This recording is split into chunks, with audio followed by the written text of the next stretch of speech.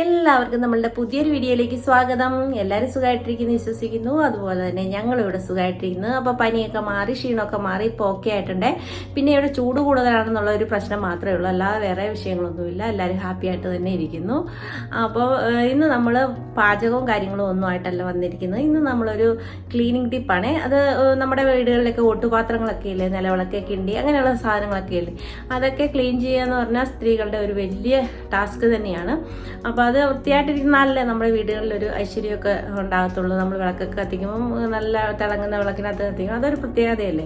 അപ്പോൾ അതേ രീതിയിൽ നമുക്ക് ഒന്ന് വൃത്തിയാക്കി എടുക്കാൻ വേണ്ടിയിട്ട് പല ടിപ്പുകളും പല രീതികളും ഒക്കെ ഉണ്ട്. അതിലൊരു രീതിയാണ് ഞാൻ കാണിച്ചു തരാൻ പോകുന്നത്. ഞാൻ ചെയ്യുന്ന രീതിയാണ് നിങ്ങൾക്ക് വേണ്ടിയിട്ട് ഞാൻ കാണിച്ചു തരുന്നത്.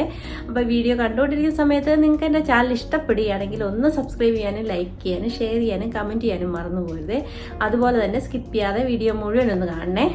അപ്പോൾ ഇതൊരു 10-15 മിനിറ്റ് കൊണ്ട് നമുക്കിത് ചെയ്തെടുക്കാം. നമ്മൾ വീട്ടിലുള്ള സാധനങ്ങൾ കൊണ്ട് തന്നെ നമുക്കിത് നല്ലതായിട്ട് വൃത്തിയാക്കിയെടുക്കാം. അപ്പം അതെങ്ങനെയാണെന്ന് കാണാം. വരും, നമുക്ക് നമ്മുടെ വീഡിയോയിലേക്ക് പോകാം. ഇന്ന് നമ്മൾ നമ്മുടെ വിളക്കും ഈ പാത്രമൊക്കെ എങ്ങനെയാണെന്ന് ക്ലീൻ ആക്കുന്നതെന്ന് കാണിച്ചു തരാം. ഞാൻ എങ്ങനെയാണ് ക്ലീൻ ആക്കുന്നതെന്നാണ് നിങ്ങളെ ഇന്ന് കാണിച്ചു തരാൻ പോകുന്നത്. അപ്പോൾ നമ്മുടെ പാത്രത്തിൻ്റെ കളർ കണ്ടത് ഇങ്ങനെയാണ് ഇരിക്കുന്നത് കണ്ടോ, ഇതേപോലെയാണ് ഇരിക്കുന്നത് കണ്ടോ. ഇത് എങ്ങനെയാണ് ഒന്ന് ക്ലീൻ ചെയ്യുന്നതെന്നൊന്ന് ഞാൻ കാണിച്ചു തരാവേ. ഇതിനായിട്ട് ഞാൻ ഇവിടെ വാളംപുളിയാണ് എടുത്തിട്ട്, ഇതെല്ലാവരുടെയും വീട്ടിലുള്ള സാധനമല്ലേ ഈ വാളംപുളി. ഇപ്പം ഇത് ഞാൻ ഇതൊക്കെ സാമ്പാറിന് പിഴിഞ്ഞിട്ട് ബാക്കിയുള്ള പുളിയാണ് എടുത്തിരിക്കുന്നത്. അപ്പോൾ അത് ഞാൻ വെള്ളം ഒഴിച്ചിട്ടിരിക്കുന്നതാണ്. ഇതിനകത്തോട്ട് നമുക്ക് കുറച്ച് ഉപ്പുപൊടി ഇട്ട് കൊടുക്കാവേ.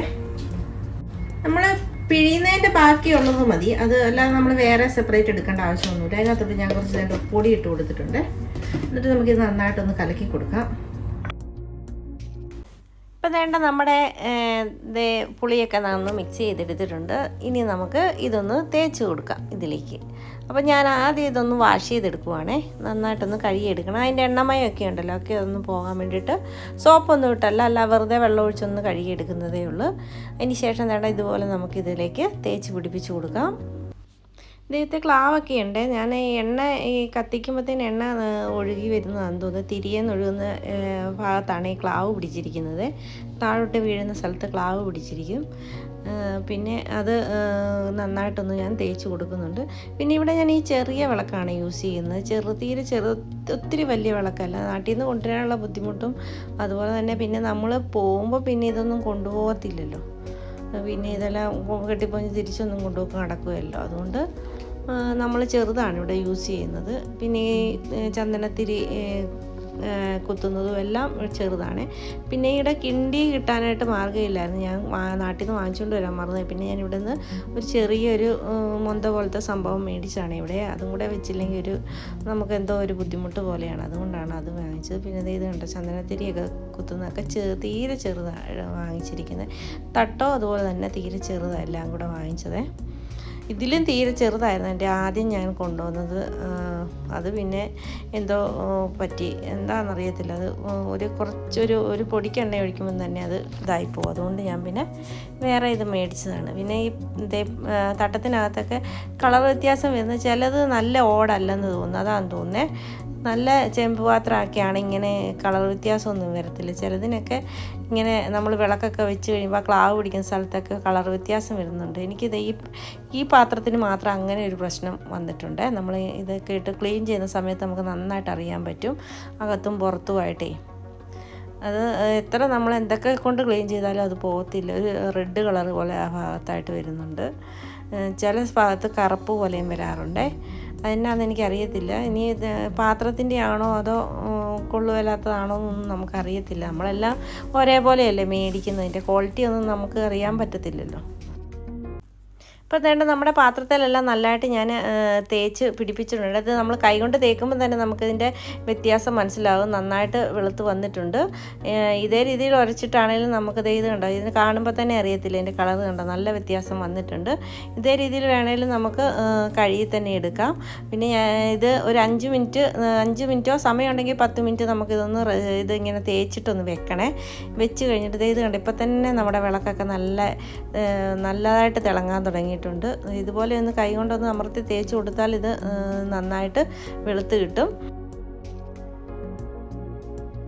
ഇപ്പോൾ നമ്മുടെ പാത്രത്തെ മുഴുവൻ ഞാനിത് തേച്ച് പിടിപ്പിച്ചിട്ടുണ്ട്. ഇനി ഇതൊരു 10 മിനിറ്റ് നമുക്കിതൊന്ന് വെക്കണം. അതിന് ശേഷം നമുക്കിതൊന്ന് കഴുകിയെടുക്കാം. 10 മിനിറ്റ് ശേഷം ഞാനിത് കഴുകിയെടുക്കുന്നുണ്ട്. ഇപ്പം നമ്മുടെ പാത്രമൊക്കെ നല്ല പളപളാന്ന് നല്ല അടിപൊളിയായിട്ട് വന്നിട്ടുണ്ട്. ഇതേ രീതിയിൽ വേണമെങ്കിലും നമുക്ക് യൂസ് ചെയ്യാം. ഇപ്പം എല്ലാം നല്ല കളറായിട്ട് വന്നിട്ടുണ്ട്. പിന്നെ ഞാൻ ഈ ഡിഷ് വാഷ് ഉപയോഗിച്ച് ഒന്നുകൂടി ഒന്ന് സ്ക്രബ് എടുക്കുന്നുണ്ട്. അത് നമുക്ക് ഏത് ഡിഷ് വാഷ് വേണേലും എടുക്കാം. പ്രില്ലോ എക്സോയോ എന്ത് വേണേലും എടുക്കാം. ഇവിടെ ഞാൻ വേറെ ആണ് യൂസ് ചെയ്യുന്നത്.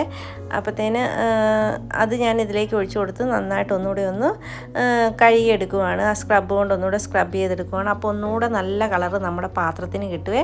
അപ്പോൾ അത് നന്നായിട്ട് കട്ടിയായിട്ടൊന്നും തേക്കേണ്ട കാര്യമില്ല. ചെറുതായിട്ടൊന്ന് തേച്ചെടുത്താൽ മതി. അപ്പം നമ്മുടെ പാത്രം നല്ല അടിപൊളിയായിട്ട് കിട്ടും.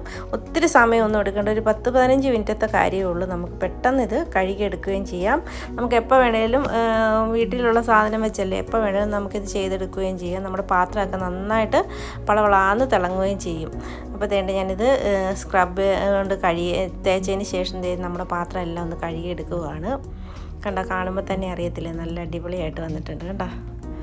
ഇതേ രീതിയിൽ നേരത്തെ ഞാൻ പുളി മാത്രം ഇട്ടായിരുന്നു തേച്ചുകൊണ്ടിരുന്നത്. അപ്പോൾ എനിക്ക് ഇത്രയ്ക്കും കളറ് കിട്ടത്തില്ലായിരുന്നു. പിന്നെ ചേട്ടൻ്റെ അമ്മായി വന്നപ്പോഴത്തേന് എന്നോട് പറഞ്ഞു തന്നതാണ് ഇതുപോലെ ചെയ്താൽ മതിയെന്ന്. അപ്പോഴത്തേന് നല്ലതായിട്ട് ഞാനൊരു ദിവസം ഞങ്ങളുടെ വീട്ടിൽ എന്തോ പരിപാടിക്ക് ഇങ്ങനെ ഞാൻ ഇങ്ങനെ ഇത് വിളക്ക് ഇങ്ങനെ തേച്ചുകൊണ്ടിരിക്കുന്നത് കണ്ടപ്പോൾ കുറേ നേരമായിട്ട് തേച്ചുകൊണ്ടിരിക്കുന്നത് വെളുക്കാതിരുന്നപ്പോഴത്തേന് ഇങ്ങനെ അമ്മായി വന്ന് പറഞ്ഞു തന്നാൽ ഇതുപോലെ ചെയ്താൽ മതിയെന്ന്. അപ്പോൾ അതുപോലെ ഞാൻ ചെയ്ത് നോക്കിയപ്പോൾ തൊട്ട് പിന്നെ ഞാൻ അങ്ങനെയാണ് ചെയ്യുന്നത്. നല്ല കളർ കിട്ടിയിട്ടുണ്ട് കണ്ടോ നമ്മുടെ. ഇനിയിപ്പോൾ നമുക്കിത് പേപ്പറോ അല്ലെ ഉണങ്ങിയ തുണിയോ വെച്ച് നമുക്ക് നന്നായിട്ടൊന്ന് തുടച്ചും കൂടി എടുക്കുമ്പോൾ നമ്മുടെ വിളക്ക് നല്ല അടിപൊളിയായിട്ട് പുത്തൻ പോലെ ഇരിക്കുന്നുണ്ട്.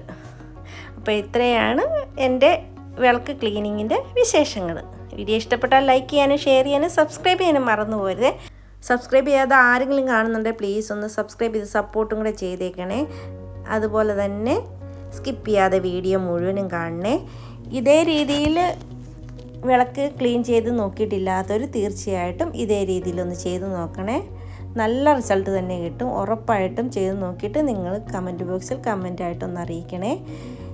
അപ്പോൾ ഇതുപോലുള്ള ചെറിയ ചെറിയ വ്ളോഗ്സും കുക്കിംഗ് വീഡിയോസും ഒക്കെ ആയിട്ട് വരുന്നവരെ എല്ലാവർക്കും താങ്ക് യു.